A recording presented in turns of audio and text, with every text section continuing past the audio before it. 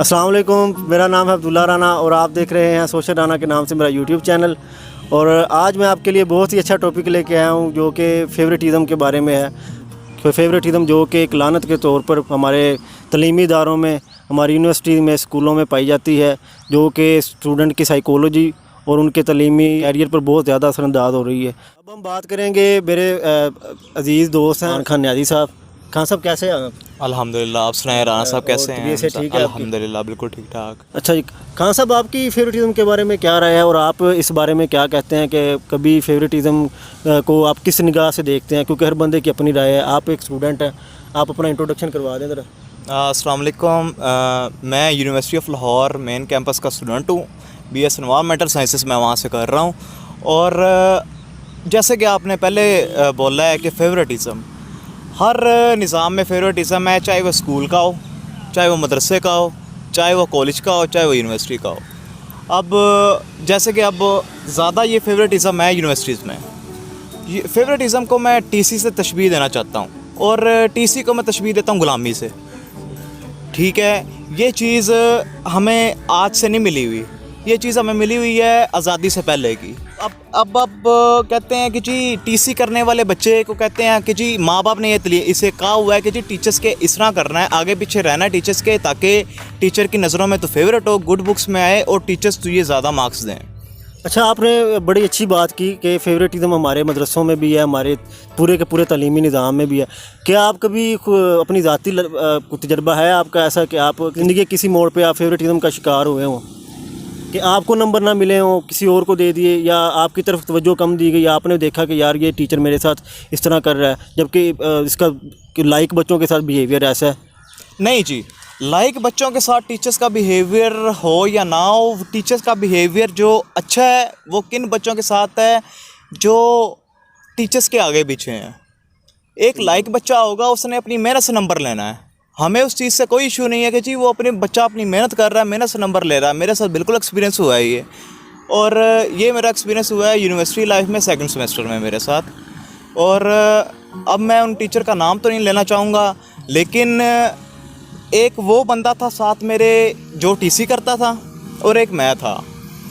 Assignments हम दोनों की सबमिट होने से रह गई, तो मुझे ये कहा गया कि जी तुम ना अपनी असाइनमेंट दो, ठीक है। मैंने कहा, मैम थी वो बेसिकली, मैंने कहा मैम मैं आपको ना कुछ देर बाद सबमिट करवा दूंगा, मेरे पास अभी यूएस भी नहीं है। तो जी, और मैंने वो देखा है, उसने एक आधी असाइनमेंट नहीं भी दी हुई थी तो उसके मार्क्स लगे हुए थे, मेरी दी हुई के मार्क्स नहीं लगे हुए थे। अच्छा, आप बार बार एक नाम ले रहे हैं टीसी, ठीक है, ये आपके ख्याल में क्या ये परवरिश में है या किसी ये डेवलप किया जाता है कि यार हमारे माशरे में जिस तरह के यार अगर हम किसी को शामिल नहीं करेंगे हमारा काम नहीं हो सकता, जिस तरह के सरकारी अफसर होते हैं, जब तक हम उनकी मतलब कि आओ भगत नहीं करेंगे, उनके सामने मतलब कि कोई ऐसे अलका बात नहीं कहेंगे जिससे वो खुश ना हो, ठीक है। अगर वो खुश हो जाएंगे तो हमारा काम कर देंगे, अगर खुश नहीं होंगे तो हमारा काम नहीं होगा, ठीक है। और सरकारी दफातर में भी ऐसा ही है। आपका इस बारे में क्या ख्याल है? देखिए जी, मेरे नज़दीक जो टीसी है वो ग़ुलामी है, मैं इसे ग़ुलामी से तशबीह देता हूँ। और कभी एक माँ बाप नहीं चाहता कि उसका बच्चा ग़ुलाम हो। आपने सुना होगा, हम जब छोटे होते हैं हमारे माँ बाप क्या कहते हैं कि मेरा बेटा बड़ा होकर अफसर बनेगा, वो कभी ये नहीं कहते कि मेरा बेटा बड़ा होकर ग़ुलाम बनेगा। ग़ुलाम हम खुद बनते हैं किसी की टीसियाँ करके कि जी मैं इसकी टीसी करूँगा तो मुझे पैकेजेस ज़्यादा मिलेंगे। ग़ुलामी हमारे खून में है, ग़ुलामी हमारी परवरिश में नहीं है। अब बड़ी अच्छी बात की आपने। अब आप बताएं कि हमारे जो निज़ाम तालीम है पाकिस्तान का, ये तो 1947 से ही ऐसा है कि जिसमें मतलब कि आप जिस तरह बात करें कि जी हमारा ज़हनी तौर पे ग़ुलाम है। कुछ लोग अंग्रेज़ों के ग़ुलाम थे, वो बड़े ऊपर आ गए, ठीक है, अंग्रेज़ों के साथ उन्होंने बड़े बड़े ओहदे ले लिए। तो आप इस तरह बार बार कहें कि हम पैदाइशी तौर पर ही ग़ुलाम हैं, एक ग़ुलाम कौम है, ठीक है। तो हम किस तरह इस निज़ाम को वाइंड अप करके उसकी जगह एक नया निज़ाम ला सकते हैं कि जिसमें एक जो पीछे बैक बेंचर बैठा है वो भी ये महसूस करे कि यार अगर क्लास में 56 बच्चे हैं या 50 बच्चे हैं तो उस 50वें बच्चे को भी उतनी ही केयर मिलनी चाहिए, टीचर की तरफ उतनी ही टेंशन मिलनी चाहिए जितनी कि वो जो फर्स्ट बेंच पे बच्चा बैठा है। हम टीचर्स का गुनाह भी नहीं कह सकते, क्योंकि वो जब होते हैं ना स्टूडेंट लाइफ में, तो वो भी यही चीज़, उन्हें भी यही चीज़ बताई जाती है कि टीचर्स के आगे पीछे रहोगे तो नंबर मिलेंगे आपको। देखिए जी, मैं ये चाहता हूँ कि जी टीचर्स सबसे पहले इस चीज़ का ख्याल रखें कि मैंने अपनी क्लास में हर बच्चे को प्रॉपर केयर करनी है, उसको प्रॉपर रिस्पांस देना है। तो इसके लिए टीचर की ट्रेनिंग भी तो होनी चाहिए ना। अब एक बंदा जो डिग्री करके आ जाता है, जिस तरह कि अब हम अगर डिग्री कर लें, आप इन्वायरमेंटल साइंसेज की डिग्री करके फ्रेश ग्रेजुएट हैं, आप फॉर टीचिंग के शोबे में आ जाते हैं पढ़ाने के लिए। तो अब अगर आपको पता ही नहीं है कि यार सिर्फ आपके पास डिग्री है, आपको एटिकेट्स ही नहीं है कि बच्चों को पढ़ाना कैसे है, बच्चों की साइकोलॉजी कोई आपको नहीं पता। कुछ बच्चे नेचुरली तौर पर थोड़े कमज़ोर होते हैं पढ़ाई में, कुछ बच्चे टेक्निकली तौर पर पढ़ाई में मजबूत होते हैं, वो थ्योरी को नहीं इतना एक्सेप्ट करते जितना कि टेक्निकल चीज़ों को एक्सेप्ट करते हैं। तो इस तरह हर बच्चे को लेके चलना होता है। तो क्या आपके लिहाज में टीचर की ट्रेनिंग नहीं होनी चाहिए डिग्री के बाद कि यार उनको मतलब कि 1 साल 2 साल या कम से कम 6 महीने का ऐसे कोर्सेज होने चाहिए जो बच्चे की ट्रेनिंग के लिए बेहतरीन हो, ताकि हम बच्चे की साइकोलॉजी भी समझ सकें? देखिए जी, टीचर्स को ना जॉब मिलने के बाद ना उन्हें 2-2 साल के जब एक्सपीरियंस हो जाता है, उसके बाद उन्हें ट्रेनिंग दी जाती है। ठीक है। उन्हें 2 माह की ट्रेनिंग होगी, उनकी 3 माह की ट्रेनिंग होगी कि आपने अपना लेक्चर डिलीवर कैसे करना है। Lecture deliver is not a big deal. आपको ये चीज़ पता होनी चाहिए कि मैंने बच्चे के साथ डील कैसे करना है। हमें टीचर्स को चाहिए कि अगर हमने 2 टॉपिक दिए हैं ना, तो वो 2 टॉपिक बाकायदा वाइट बोर्ड पे आपको समझाए जाएं, ठीक है, और उस बच्चे पे प्रॉपर रिस्पांस किया जाए, प्रॉपर उस पर तवज्जो दी जाए कि बेटा तू ये आया है या नहीं आया। हाँ, ये नहीं कह दिया जाए कि जिसना होता है कि जी आपने स्कूल लाइफ में देखा होगा, कॉलेज लाइफ में देखा होगा, टीचर ने कह दिया जी मैंने क्वेश्चन समझा दिया है, आ गया है। फर्स्ट बेंचर ने कह दिया यस सर मुझे आ गया। तो बैक बेंचर जो हमारे जैसे होते हैं, ठीक है, वो बैठे होते हैं, उन्हें कुछ पता ही नहीं होता कि इस टीचर ने समझाया क्या है। अच्छा, मुझे याद आ गई आपकी इस बात से कि जब टीचर कहता था कि यार आपको समझ आ गया, तो फर्स्ट बेंचर वाले सारे कह देते कि ठीक है जी सर हमें आ गया। वो बड़े मतलब कि एक्स्ट्रा ऑर्डिनरी बच्चे थे। लेकिन हम जो बैक बेंचर, मैं भी खुद बैक बेंचर रहा हूँ, तो हमारे जैसे बच्चे डरते थे टीचर से बात करने के लिए। ये जो डर होता है, आपने देखा होगा कि यूनिवर्सिटीज़ में भी ये डर होता है कि यार एक प्रोफेसर को अगर कह दिया कि सर मुझे समझ नहीं आई, तो वो झिड़क देगा आगे से। तो क्या आपके ख्याल में हमें इसी डर के साथ जीना चाहिए या इस डर को ख़त्म करने के लिए भी कुछ करना चाहिए?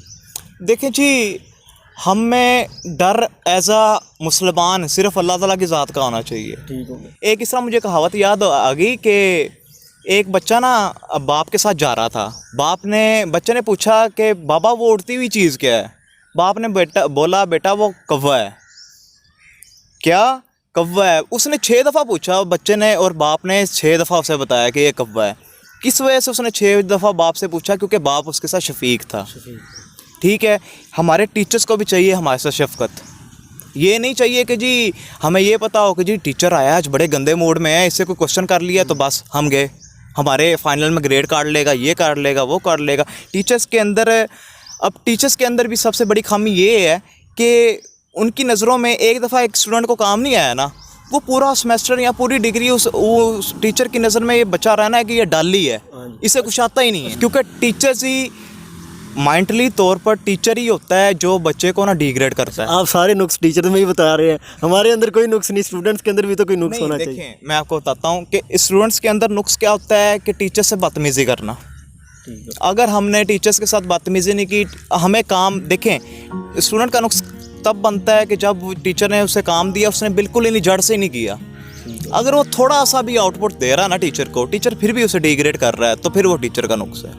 अगर इस तरह कहें कि हम ही हड हराम है, तो फिर मतलब कि अगले बंदे पे ब्लेम तो नहीं डाल सकते ना। अगर हम थोड़ा सा आउटपुट दे रहे हैं टीचर को, तो टीचर का ये है ना कि टीचर को चाहिए कि यार ये मुझे आउटपुट दे रहा है, मैं इसे और तवज्जो दूँ इस बंदे को। हो सकता है इसे समझ नहीं आई हो, या जितनी इसे समझ आई इसने कर लिया। आपने बहुत अच्छी तरह मतलब कि समझाया कि फेवरेटिज़म हमारे माशरे को किस तरह तबाह कर रही है। और ये फेवरेटिज़म सिर्फ मतलब कि हमारे तलीमी इदारों में नहीं, हमारे सरकारी इदारों में, प्राइवेट बैंक्स में भी है, ठीक है, इंडस्ट्रीज़ में भी है, हत्ता कि जहाँ पे वर्कर्स काम करते हैं उनमें भी फेवरेटिज़म है। जहाँ पे मतलब कि अगर मैनेजर के नीचे 10 बंदे काम कर रहे हैं वहाँ पे भी फेवरेटिज़म है, ठीक है। तो आपके ख्याल में अब ये कंक्लूजन के तौर पर ये कि हमारी परवरिश ही ऐसी होती है कि यार हम फेवरेटिज़म के ऊपर प्रमोट कर रहे हैं, ना चाहते हुए भी हर बंदा फेवरेटिज़म करना चाहता है, ठीक है, कि यार मैं इसके बंदे का लाडला बन जाऊँ, मेरा काम निकला है। तो मतलब कि ये ट्रेंड बन गया, इसके बारे में मतलब कि आप क्या राय देंगे? देखें जी, जब तक हम खुद नहीं चाहेंगे ये निज़ाम हमारा तब्दील नहीं हो सकता। एक टीसी या फेवरेटिज्म वाला बच्चा वो स्टूडेंट, वो लड़का, वो लड़की जो ये कहती है कि मैं इसकी बातें करूं या इसकी खुशामद करूं तो मुझे ये चीज़ मिलेगी, वो कभी आगे ज़िंदगी में एक लीडर नहीं बन सकता। हर क्लास में कोई ना कोई ऐसा लाजमी होता है जो आपके साथ भी अच्छा होगा और टीचर्स के साथ भी अच्छा होगा। क्या कि आपकी भी खुशामद करेगा और टीचर्स की भी खुशामद करेगा। नाज़रीन, आपने जिस तरह देखा कि नुमान भाई इन्होंने बहुत अच्छी तरह मतलब कि अपना पॉइंट ऑफ व्यू पेश किया फेवरेटिज्म के ऊपर, तो मेरे दिल को बड़ा सुकून मिला यार कि मुझे तो नुमान भाई की वो बात बहुत अच्छी लगी। मैं समझता था कि ये स्कूलों में या हमारे तलीमी निज़ाम का ये खामी है, लेकिन उन्होंने तो एक अजीब बात की कि ये तो हमारे जो गुलाम जब से थे हम 1857 की जंग आज़ादी से लेकर अभी तक हम गुलाम कौम ही हैं, क्योंकि ज़हनी तौर पर हम गुलाम हैं, हम कभी भी ज़हनी तौर पर आज़ाद नहीं हुए। तो ये टीसी वगैरह का जो लफ्ज़ उन्होंने यूज़ किया है तो वो उनकी अपनी ज़ाती राय थी, उन्होंने बहुत अच्छी तरह उसे एक्सप्लेन भी किया और उनके आर्गूमेंट भी दिए। हर बंदे का आर्गूमेंट काबिल एहतराम होता है। तो आप लोगों से गुजारिश है कि काइंडली मेरा चैनल सब्सक्राइब करें, इसे शेयर भी करें और बेल आइकन को प्रेस भी करें ताकि आपको लेटेस्ट इन अपडेट्स मिलती रहें। आपका अपना होस्ट अब्दुल्ला राना इजाज़त चाहता है। अल्लाह हाफ़िज़।